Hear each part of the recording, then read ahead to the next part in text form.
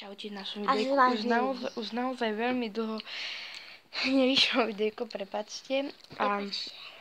A možno nám je zlá kvalita, ale hádam vám to ani nevadí. Takže my teraz chvíľu sa nám bude nabíjať mobil a okolo, čakajte, vy máte nejakých 17:25, 17:40. Očakávajte videjko okolo 18:30. Ďakujeme za pochopenie. Potom budú vychádzať videjka okolo. Potom bude videjko okolo 19:15. Potom okolo 20:05. Potom bude dlhšie videjko, ktoré natočíme, kým ho dáme, bude 21:20 a potom posledné videjko, to bude okolo 21:35.